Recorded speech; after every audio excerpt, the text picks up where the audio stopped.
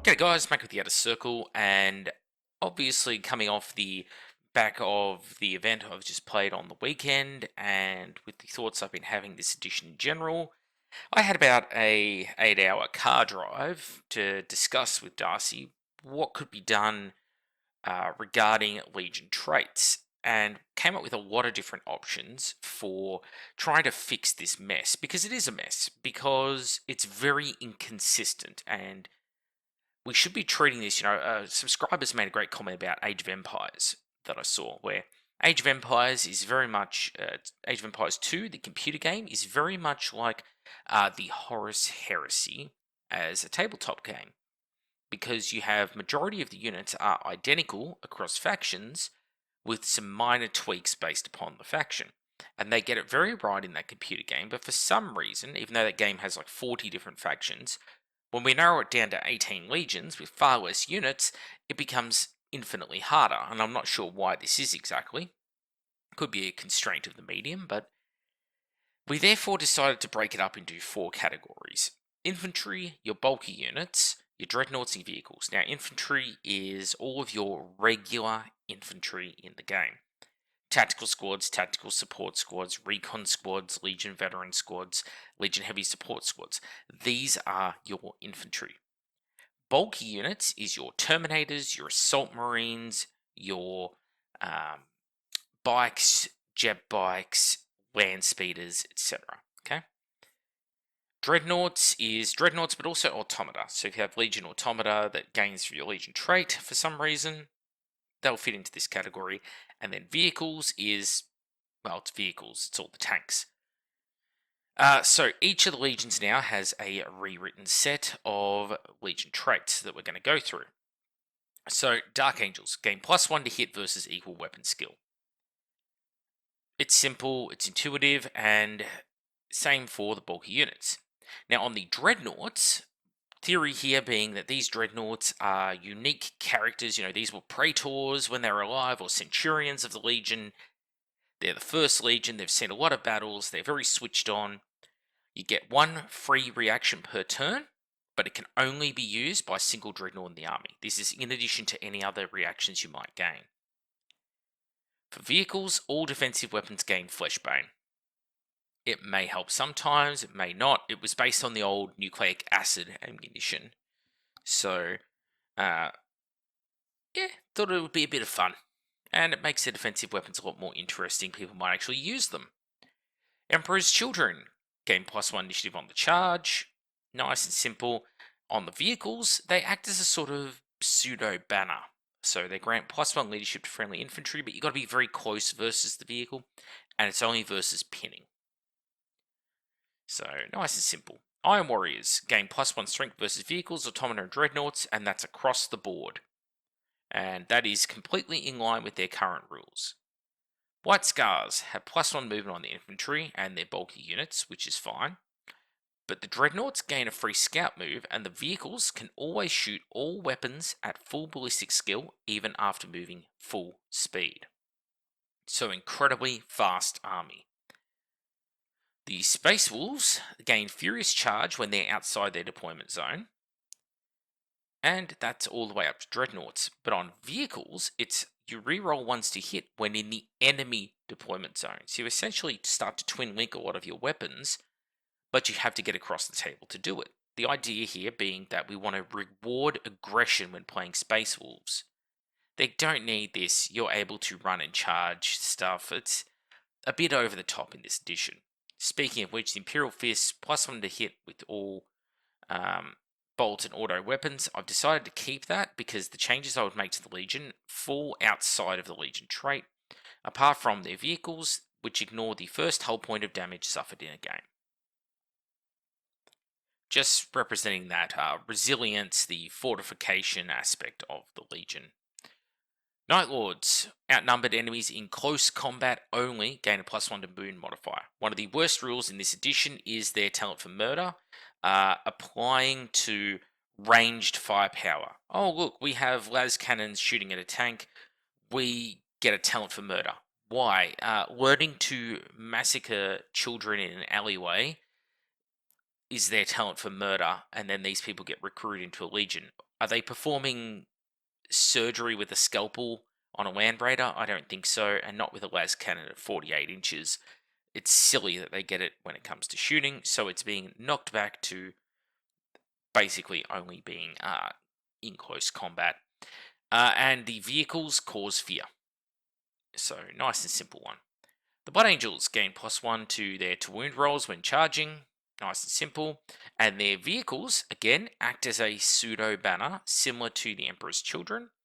Larger radius to the Emperor's Children, but it's granting +1 to combat resolution to friendly units within 6 inches. So, again, very situational, and probably not going to swing the tide of a one-sided combat. It is there to act as a very minor buff, which is why it's got the larger radius. Now, the Iron Hands. Strength -1 to enemy shooting. That stays the same on both their infantry types. However, they ignore the first wound taken in a game on their Dreadnoughts. Because the Dreadnoughts don't need -1 strength to enemy shooting, the chassis of the Dreadnought is taking the damage, not the pilot within, and their Dreadnought chassis are not notably more tough than other Legions ones. Therefore, I think just that little bit of resilience is a perfect compromise there, versus being immune to all bolt guns. Their vehicles gain It Will Not Die, which is the same as currently. World Eaters gain Rage, but their bulky units, so this with bikes, assault marines, Terminators, jet bikes, things like that, are going to gain Furious Charge in addition to Rage whilst they're within the enemy deployment zone.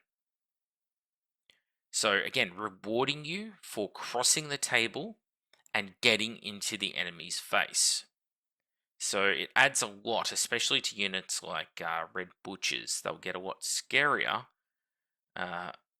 when they're crossing the table versus when they're in their own deployment zone. Dreadnoughts gain Rage because they're already very strong units. They don't need many more buffs. And vehicles, when a vehicle reaches the enemy deployment zone, gain 1 hum point back previously lost. The idea here being that because your vehicles are more likely to stay in your deployment zone, let's actually reward you for getting it out of there. I think that's fair. Alright, the Ultramarines. I came up with a really interesting mechanic here, I think, which is you gain 1 free reaction per turn as an Ultramarines player, just period, just for being Ultramarines. But you can only use it when you have 2 friendly units which are within 2 inches coherency of one another, and as long as the warlord is alive, it can only be one of those units which can use it. So if you have an Ultramarines unit which deep strikes across the table, unfortunately for them, they're too far away from a friendly, they do not get to gain benefit of this 1 free reaction. And this is across the board. So all units in the army can use it, but once you use that 1 reaction, it is gone.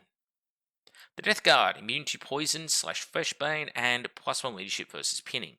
So not great buffs on their infantry and bulky units, but multiple small buffs in combination do stack. So keep that in mind. On their Dreadnoughts, they ignore dangerous terrain, and so do their vehicles. Again, it's not much, but it suits their playstyle. And again, it could be less situational to have a Seeker and Venator, which is staying in your deployment zone and just moving around between bits of cover, being able to do so fine. It might be more beneficial than trying to get into the enemy deployment zone to try and gain back a previously lost hull point. For the Thousand Suns, they gain Psychics and they get the Cults. The Cults themselves need to be rewritten, not the fact that they're Psychers and have Cults. And when it comes to Dreadnoughts and vehicles, essentially they become free wounds for infantry. So the Thousand Suns, if you fail a Psychic check on infantry and you're within 6 inches of a vehicle or a Dreadnought, instead of taking the wound on the Psyker that failed, you can instead pass the wound onto one of those units. I think that's a cool mechanic and it encourages you to keep things in coherency. The Sons of Horus gain a free attack with the base unit stats and AP if you outnumber the enemy at the end of combat. So that free attack is per model on a per model basis. So very much more like the previous edition's rules, which I think suited them better. And when a vehicle reaches the enemy deployment zone, gain 1 hull point back previously lost. So same as with the World Eaters, it's rewarding you for that aggression. Word bearers roll 3d6 leadership for leadership pinning techs, and discard any one dice you like. So it can be the highest or the lowest, it's entirely up to you. Their vehicles and dreadnoughts may take possession. Now, on a dreadnought, it's you lose a weapon skill, you lose a ballistic skill, but you gain a wound and you now cause fear 1. So there's a trade off there. And vehicles lose a ballistic skill, gain 1 hull point, and cause fear 1. For the salamanders, they gain battle hardened versus flame, melter, plasma, and volkite.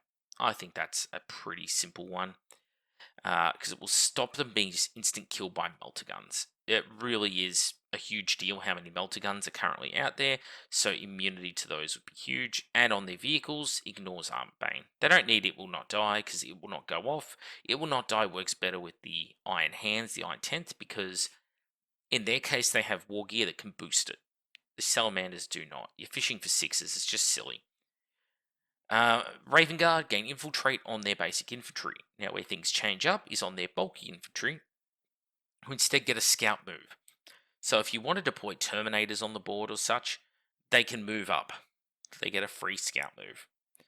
This could also bring units in from reserve, and this also would apply to dreadnoughts. None of this you gain +1 yada yada yada on your to wound rolls or re-rolling ones to wound when it just doesn't sync up with the Legion's units. This does sync up with the Legion's units. And their vehicles gain a permanent 6+ cover save. This does stack if they get other forms of cover. So you can get them up to a potentially 3-up cover save, but you're more likely going to be seeing 5-up cover saves in the average game. Be very exceptional circumstances even to hit the 4-ups. The Alpha Legion. Count their ranged weapons. Enemy counts their ranged weapons as -2 inches range when targeting Alpha Legion units. Nice and simple, pretty much what they have now. The vehicles cannot be targeted in turn 1 unless they shoot or perform a embark or disembark of a unit. Essentially, the idea here being that the enemy isn't sure what those Alpha Legion vehicles are. Is that a friendly? Is it an enemy? We can't tell at this distance. Their markings look kind of like ours, but there's Alpha Legion in the area. What's going on here? Until they perform an action, it's not crystal clear what's going on.